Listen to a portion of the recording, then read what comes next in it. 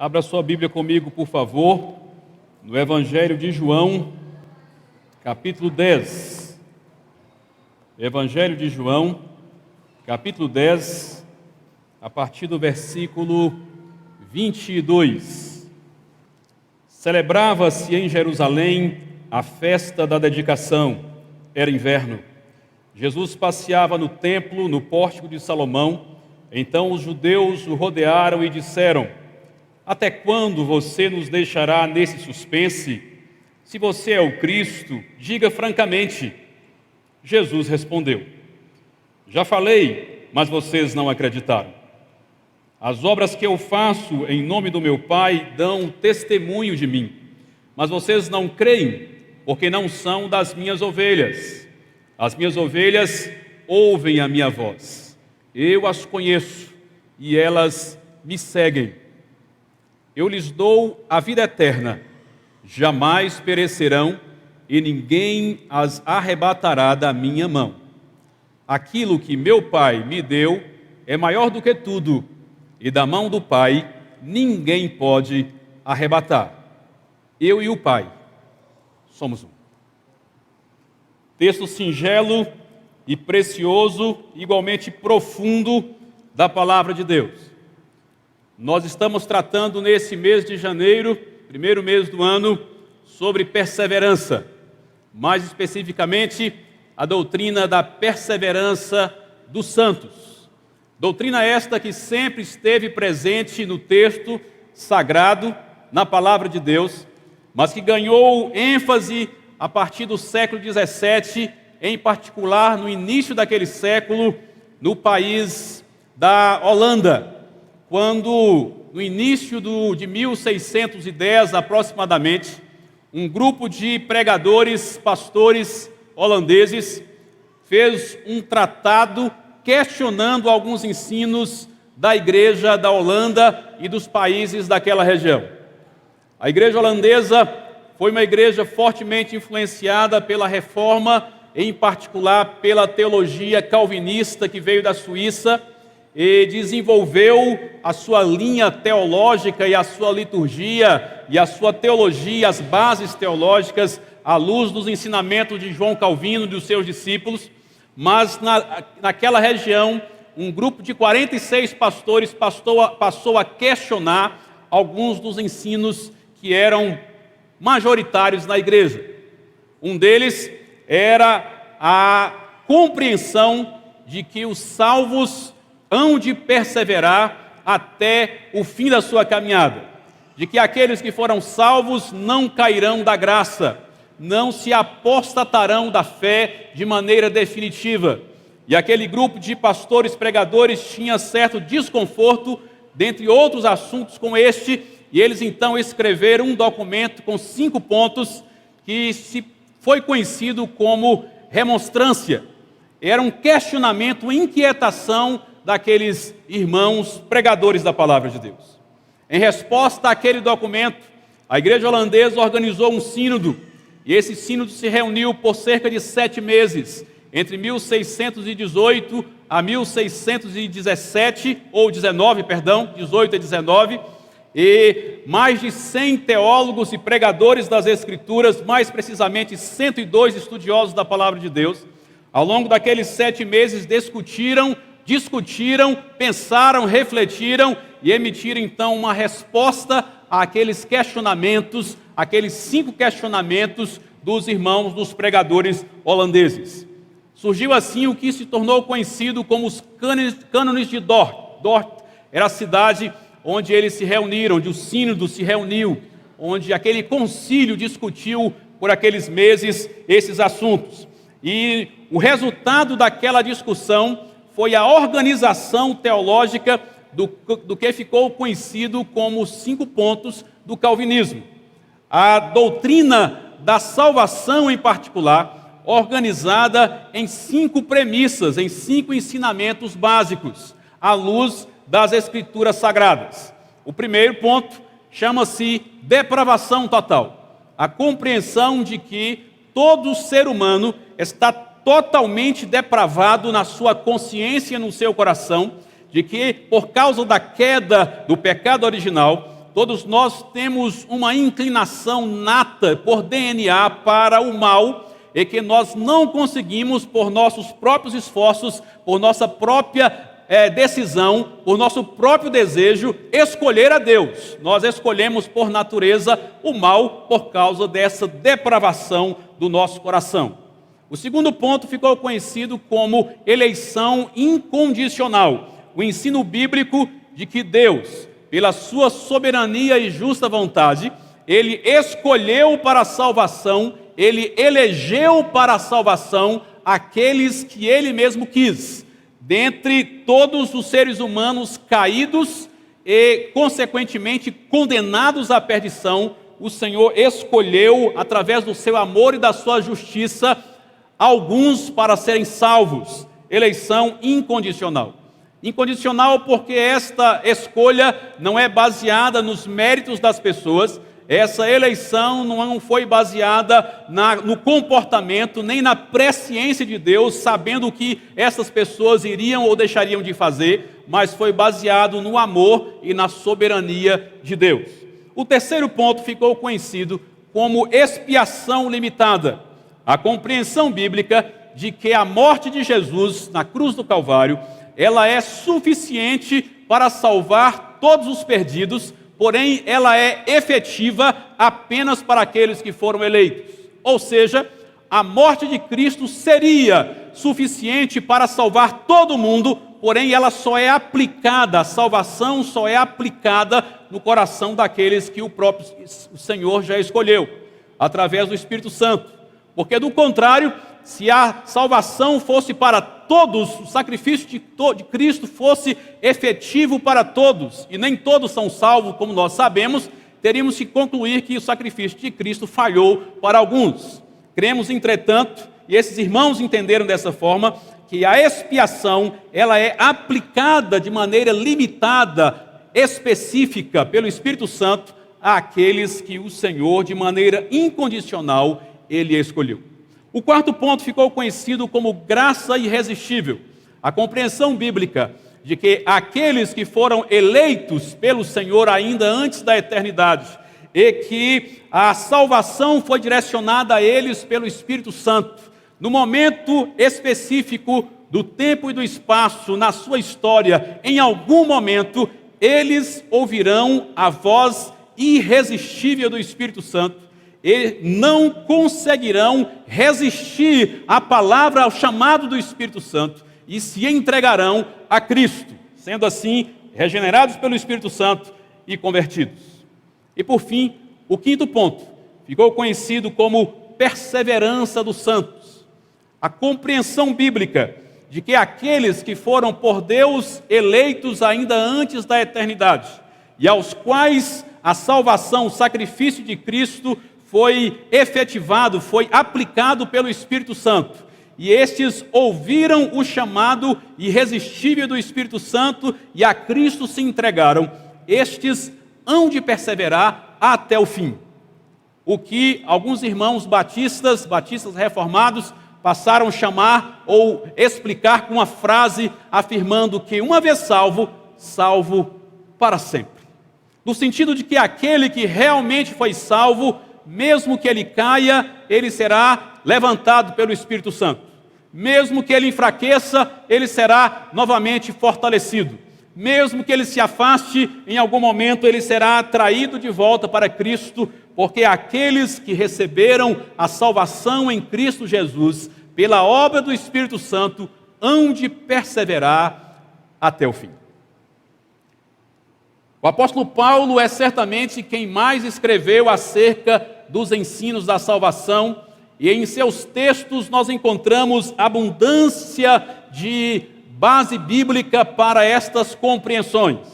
Mas Paulo, ele construiu em cima do alicerce lançado por Jesus. E esse texto que nós lemos de João é um dos principais alicerces que fala, dentre várias outras coisas, de alguns pontos do que eu estou mencionando. Jesus está em Jerusalém, diz o texto. Ele está na festa da dedicação, uma festa que era uma comemoração ao restabelecimento, à rededicação do templo do Templo de Jerusalém por Judas Macabeu, cerca de 160 anos antes de Cristo. Quando o templo foi profanado pelos inimigos da fé, os macabeus se levantaram e eles conseguiram rededicar o templo à adoração. E assim surgiu a festa da dedicação, uma festa badalada de Jerusalém. Jesus está ali nessa festa e nesse momento os judeus se aproximam e o questionam. Eles querem que ele declare se de fato ele é o Cristo Messias, que ele fale de maneira mais aberta quem ele é. E a resposta de Jesus é uma resposta muito interessante, porque ele diz, na verdade eu já falei, vocês não creram, vocês não querem me ouvir, mas eu já tenho falado acerca disso há algum tempo. E no versículo 26 ele diz assim, mas vocês não creem porque não são das minhas ovelhas. Vocês não creem porque não são das minhas ovelhas. É a base do ensino conhecido como expiação limitada. A verdade é que nem todos conseguem crer, porque somente as ovelhas de Cristo é que crerão. Nem todos respondem ao chamado do Senhor, porque somente as ovelhas de Cristo é que ouvirão. Interessante que nem ovelha não é exatamente nos evangelhos aquelas pessoas que estão já seguindo a Jesus. Jesus olha lá em Mateus 9 para a multidão e diz que elas são ovelhas sem pastor. Elas ainda não conheciam a Cristo, elas ainda não eram discípulos de Cristo, elas ainda não conheciam a Deus, mas já eram ovelhas, porque eram escolhidos do Senhor. Somente estes que são escolhidos para serem ovelhas é que de fato em algum momento ouvirão a voz poderosa do Espírito Santo. Paulo lá em Romanos 9, ele fala dos vasos, ele fala do vaso para a honra e para a desonra, ele fala do vaso da ira, ele fala do vaso de bênção, de misericórdia, e ele então diz, mas quem é você, caro amigo, para discutir com Deus? Será que o objeto pode perguntar a quem o fez, por que você me fez assim? A resposta de Paulo às inquietações do nosso coração acerca da verdade bíblica de que nem todos serão salvos, porque nem todos ouvirão o chamado e responderão, serão capacitados pelo Espírito Santo para responder a esse chamado do Espírito Santo. Jesus disse, estes são aqueles que não são as minhas ovelhas. A boa notícia é que nós não sabemos quem não é a ovelha de Jesus. Nós não temos condições de saber quem são ou não os eleitos do Senhor, por isso nós não podemos fazer distinção de pessoas. O nosso papel é chamar, o nosso papel é testemunhar, o nosso papel é falar de Jesus, o nosso papel é evangelizar, o nosso papel é comunicar o amor de Cristo. Ele sabe quais são as suas ovelhas ouvirão a sua voz. E ele diz assim, versículo 27, as minhas ovelhas ouvem a minha voz. É a doutrina do chamado eficaz, a graça irresistível. A graça irresistível. O ensinamento de que quando o eleito do Senhor, ele ouve o chamado poderoso do Espírito Santo, em algum momento, mais cedo ou mais tarde, ele ouve e se entrega ao Cordeiro Jesus. Aqueles que foram amados por Deus ainda na eternidade, em algum momento eles ouvirão e responderão positivamente ao chamado eficaz do Espírito Santo, graça irresistível. É claro que pessoas respondem de maneiras diferentes.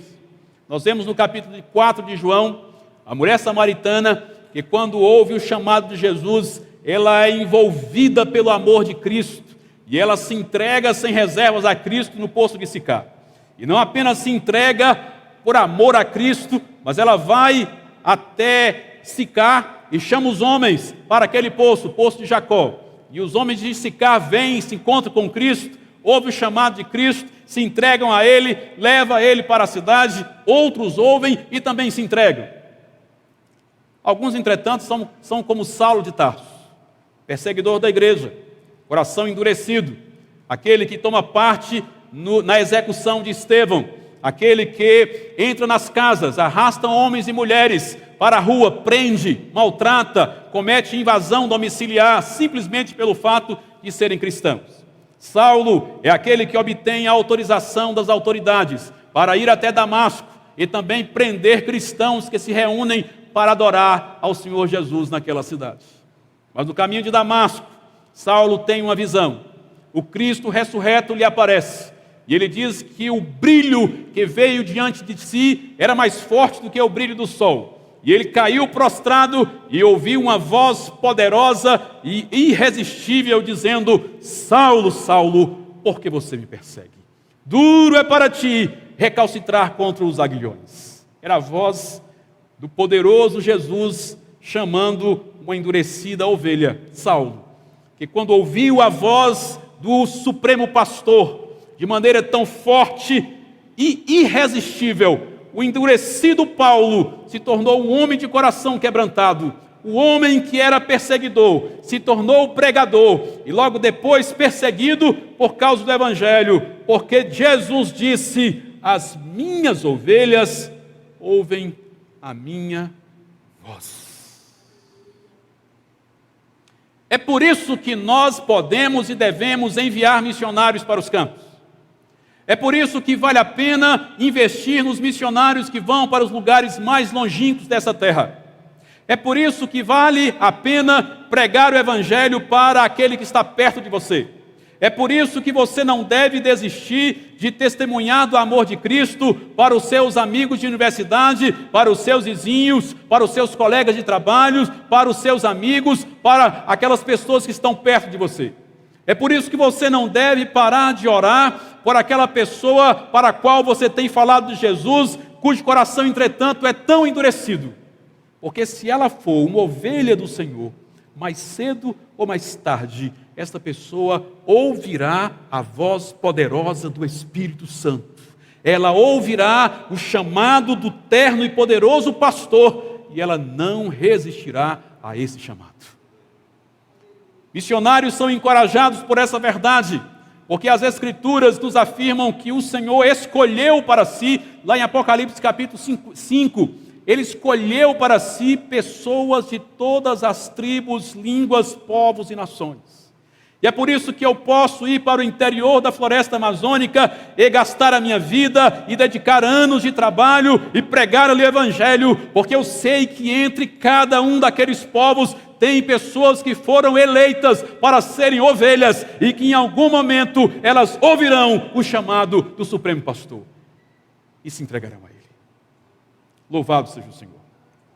Jesus diz então: as minhas ovelhas ouvem a minha voz. Eu as conheço. Eu as conheço. Esse conhecer não é um conhecer simples, mas é o que Paulo escreve lá em Romanos capítulo 8, versículo 29. Aqueles que de antemão conheceu, Ele também predestinou. Aqueles que de antemão conheceu, Ele também predestinou. Jesus diz: eu as conheço, no sentido de eu já as conheci antes da eternidade. Eu as amei antes da fundação do mundo. Eu as escolhi antes que o tempo fosse inaugurado. E as escolhi para que fossem minhas. Você está aqui nessa igreja não por acaso. Você me ouve não por acaso. Você me assiste não por coincidência. É muito provável que você está aqui e me ouve e me assiste porque o Senhor, o Supremo Pastor das ovelhas, antes de fundar o mundo, Ele te conheceu, Ele te amou, Ele te escolheu para que você fosse uma das suas ovelhas, ovelhas do seu rebanho. As minhas ovelhas ouvem a minha voz, eu as conheço e elas me seguem. Aqueles que foram escolhidos pelo Senhor e que ouviram o chamado do Espírito Santo, são chamados para seguir a Jesus. São chamados para o desafio de andar com Cristo, de se submeter a Ele, de desfrutar da comunhão dEle, de conhecê-lo, ser mais conhecido por Ele, transformado por Ele, através de um processo chamado santificação. Nós somos chamados, escolhidos e chamados para andarmos em processo de santificação com Cristo. E à medida que nós andamos com Cristo, nós somos transformados por Ele. E o versículo 28, o Senhor diz então: eu lhes dou a vida eterna, jamais perecerão, e ninguém as arrebatará da minha mão. Eis aqui o principal fundamento para a doutrina da perseverança dos santos. Para o ensinamento bíblico de que uma vez salvo, salvo para sempre. Para o ensinamento bíblico de que nós podemos ter certeza e segurança da nossa salvação. Para o ensinamento bíblico de que aqueles que são chamados, escolhidos e chamados para ser ovelhas de Cristo, uma vez feito ovelhas, jamais se tornarão totalmente, pelo menos, bodes. Ovelhas não se transformam em bodes. Ovelhas podem se machucar, ovelhas podem tropeçar e cair, ovelhas podem manchar a sua lã, ovelhas podem se afastar do rebanho, do aprisco, mas mesmo aquelas que se afastam do aprisco, o ensino de Jesus é que o bom pastor deixa as 99 no aprisco e sai pelas montanhas e desertos à procura daquela única ovelha que se afastou, porque jamais perecerão, disse Jesus, ninguém as arrebatará da minha mão. Nós podemos ter certeza dessa verdade bíblica, que nós somos amados por Deus na eternidade. Nós somos chamados pelo Espírito Santo no tempo e no espaço, e a nossa salvação está garantida não pelos nossos méritos, não por nossa determinação, não por nossa capacidade de perseverar, não por nosso bom comportamento. A nossa salvação está garantida por aquele que nos amou e nos salvou. Das suas mãos ninguém nos arrebatará, portanto jamais perecerão. Não somente aqui, João capítulo 6, versículo 39, Jesus disse: e a vontade de quem me enviou é esta, que eu não perca nenhum de todos os que ele me deu. Pelo contrário, eu o ressuscitarei no último dia. Eu o ressuscitarei no último dia. Eu não perderei nenhum sequer, daqueles que o Pai me deu. Nenhum dos eleitos de Deus ficará para trás. Nenhum dos eleitos. Mesmo aqueles que estão espalhados pelo mundo desconhecido, nas florestas e desertos, mesmo aqueles que estão nos países fechados, isolados, restritos para a pregação do Evangelho, nenhum ficará para trás. Por isso podemos ser uma igreja missionária. Porque o Senhor usará a igreja, os missionários, os pregadores, para alcançar aqueles mais distantes, mais escondidos. Nenhum ficará para trás. E desse rebanho do Senhor, que se reúne nessa igreja e nessa região, nenhum ficará para trás. A nossa salvação está garantida, é por isso que nós perseveraremos. É verdade que tem textos bíblicos difíceis nesse assunto. O mais complexo certamente está em Hebreus capítulo 6, onde fala daqueles que uma vez iluminados e caíram.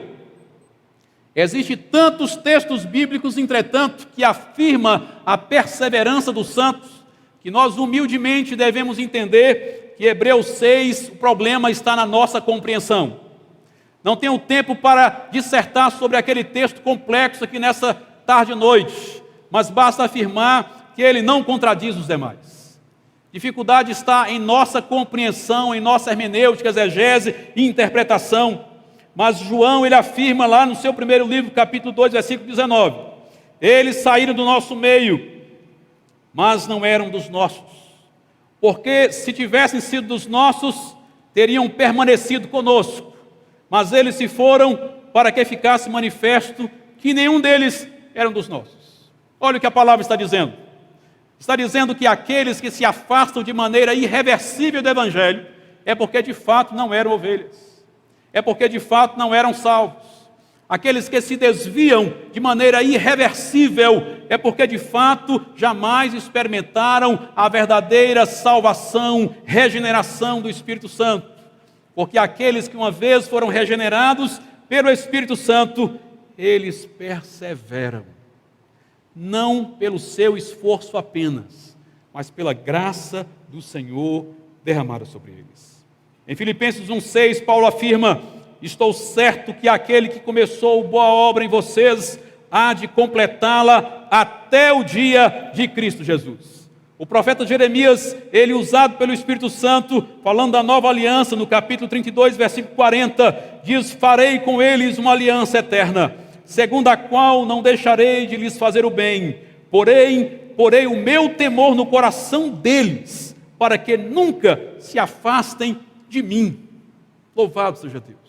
Para que nunca se afastem de mim. Obra do Espírito Santo sobre aqueles que foram amados, eleitos e chamados pelo Espírito Santo para a salvação. Aquele que nos salvou, ele nos dá força para perseverar.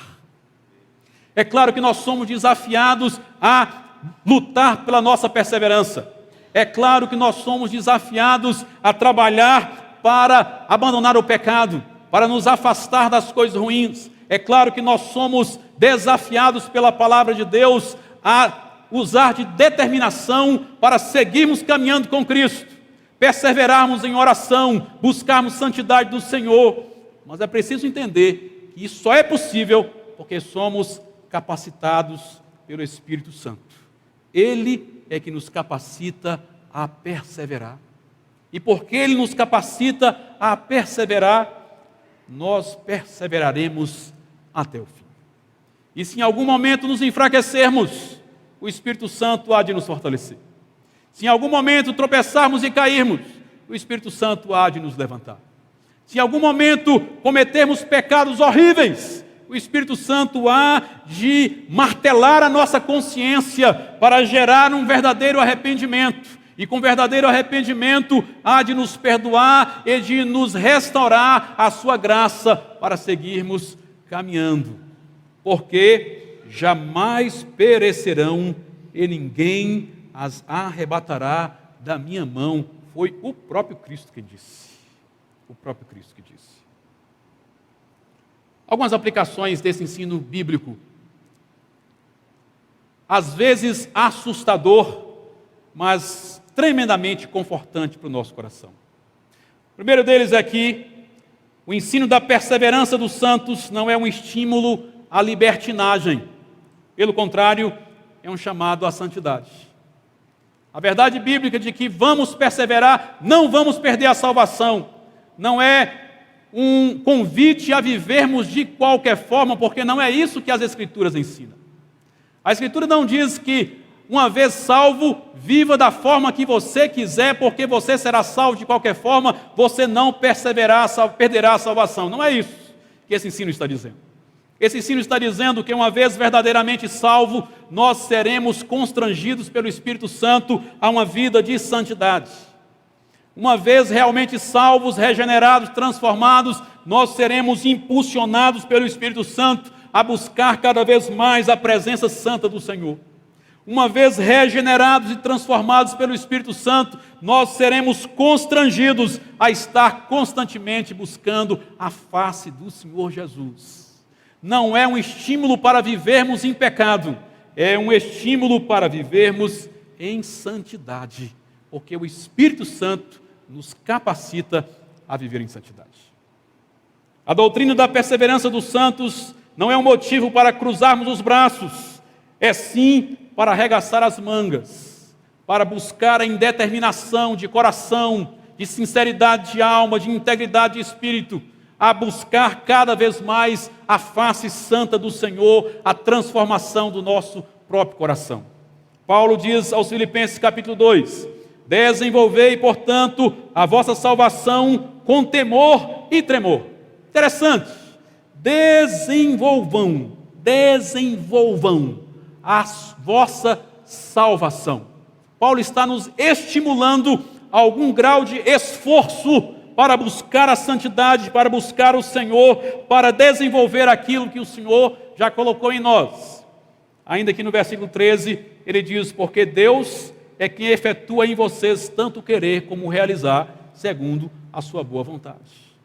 Em outras palavras, Deus já lhes capacitou para a santidade, Deus já lhes capacitou para a perseverança. Use dessa capacitação do Espírito Santo, desenvolva a salvação de vocês. Não é um estímulo para ficarmos debaixo da sombra, é um estímulo para trabalharmos a nossa salvação, a nossa santidade no Senhor. A doutrina da perseverança dos santos não é razão de vaidade, é sim razão de sincera humildade.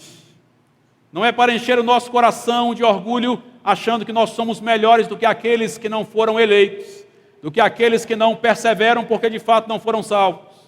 É sim um ensino para encher o nosso coração de temor diante de Deus, daquele que nos conhece integralmente, daquele que conhece o nosso pensamento e sabe que em nosso pensamento tem maldade, daquele que conhece o nosso coração e sabe que o nosso coração está maculado por motivações pecaminosas, por sentimentos pecaminosos, aquele que conhece a nossa história, o nosso passado e sabe que a nossa história está marcada por coisas horríveis, aquele que nos conhece melhor do que nós mesmos e sabe que no nosso coração tem as zonas escuras, escondidas, pecados ocultos que nós mesmos não conhecemos, mas ainda assim Ele quis nos salvar e nos capacitou para perseverar.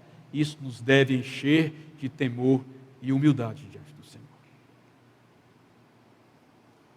Você que está firme, o Espírito Santo te capacita a perseverar, a continuar firme. Confie nele, busque nele, trabalhe com ele, desenvolva a sua salvação com ele. Ele te capacita a perseverar. Você que está fraco, o Espírito Santo te fortalece para perseverar.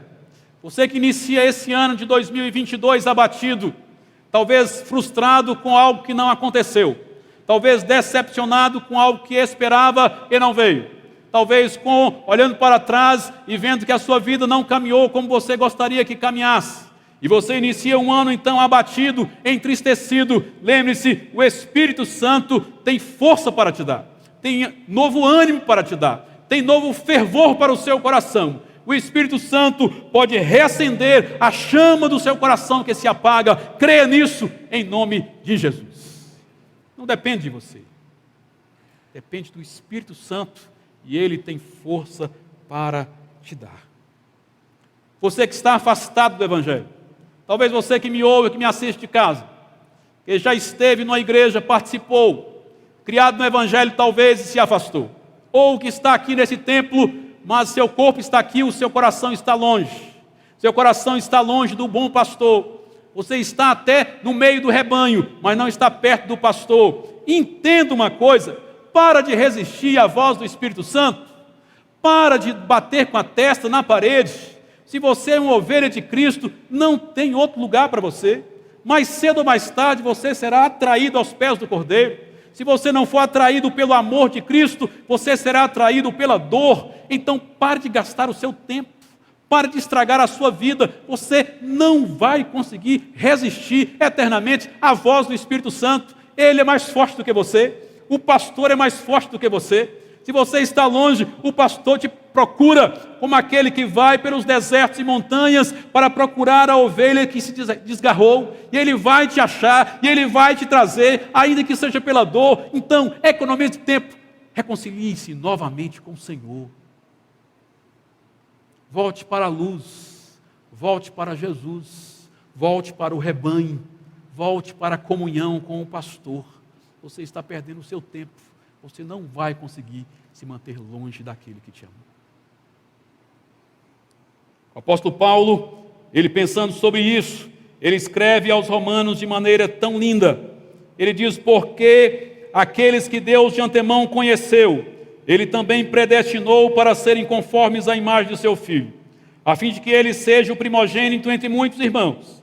E aos que predestinou, a estes também chamou. E aos que chamou, a estes justificou. E aos que justificou, a estes também glorificou.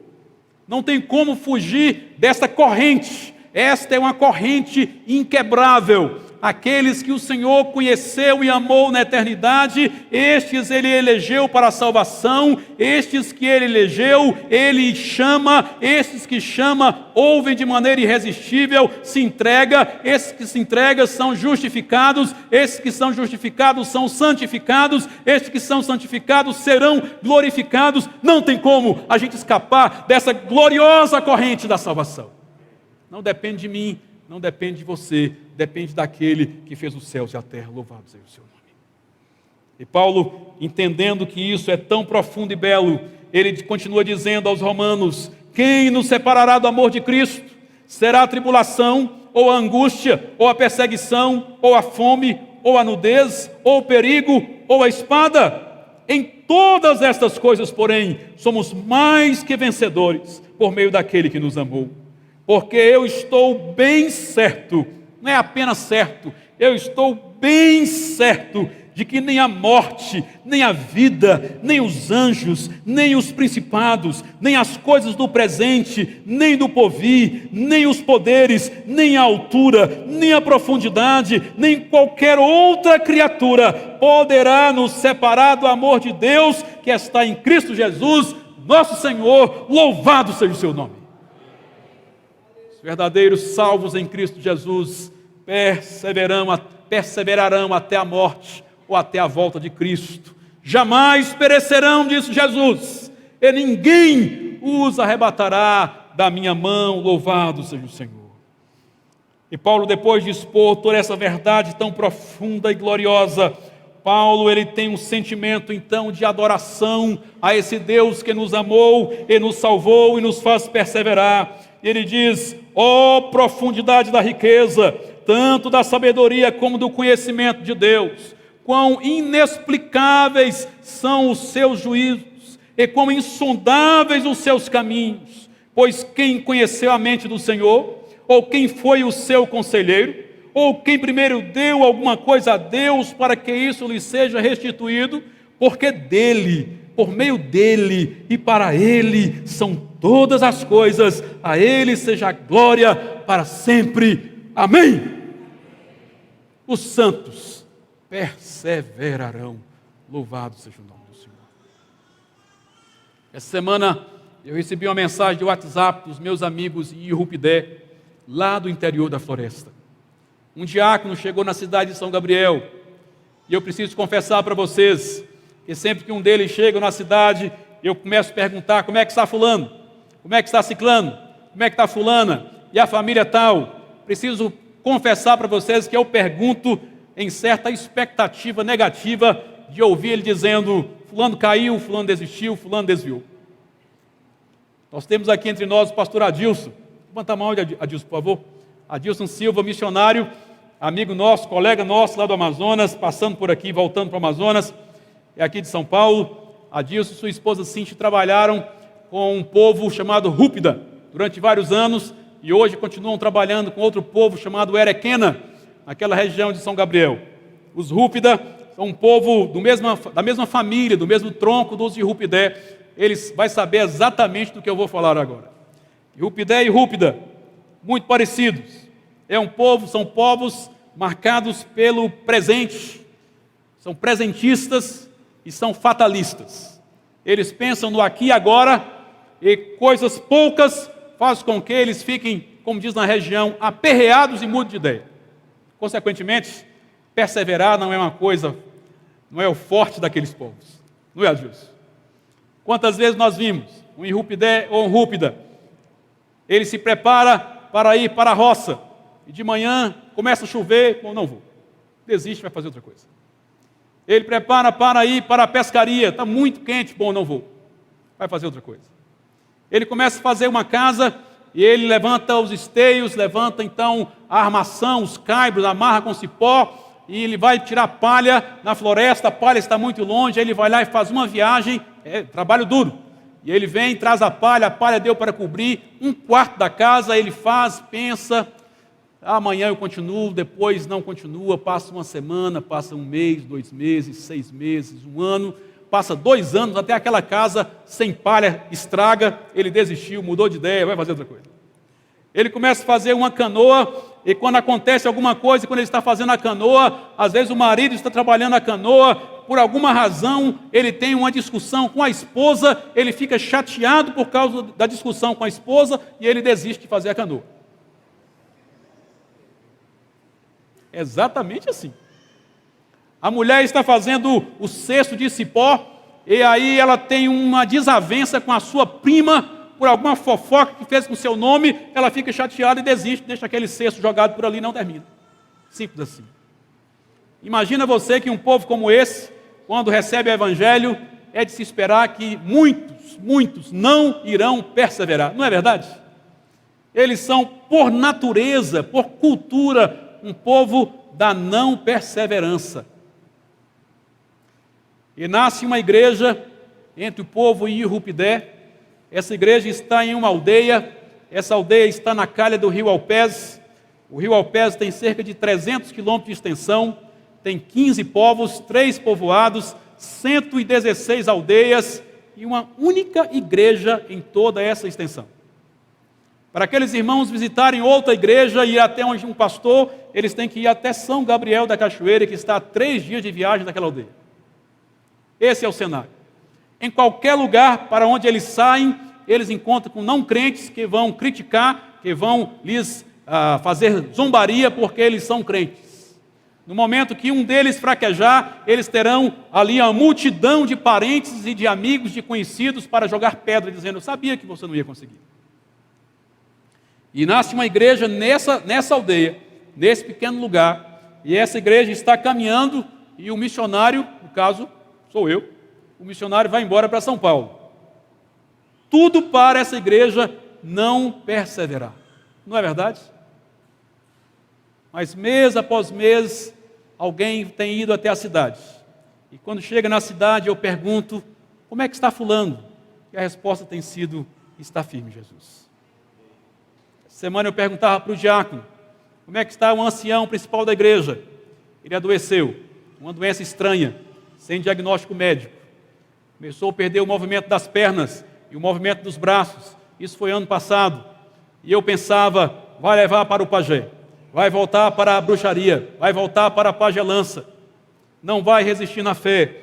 E eu pergunto para o diácono: como é que está o ancião? E ele responde: está bem, pastor, está andando de bengala, mas está andando.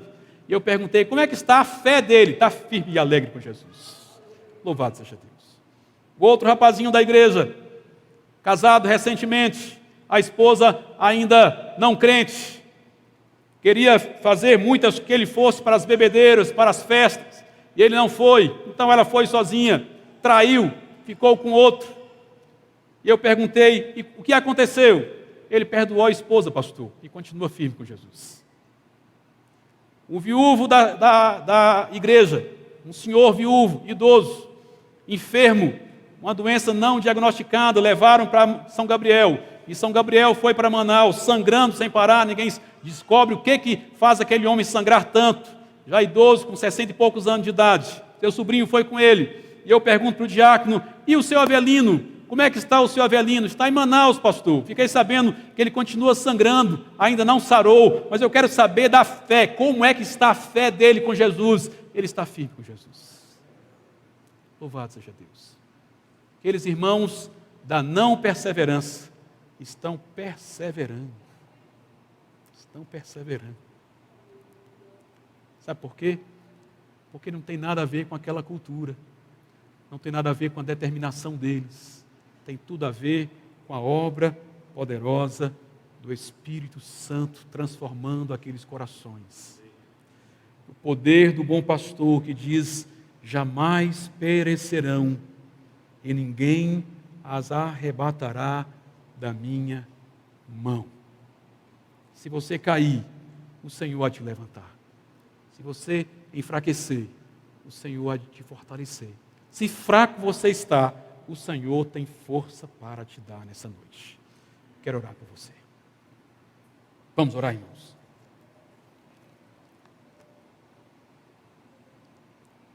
Senhor, essa palavra nos humilha. Nos humilha porque nós gostaríamos de ser aqueles que perseveram pela própria autodeterminação. Nós entendemos que que a nossa perseverança vem do Senhor, louvado seja o seu nome.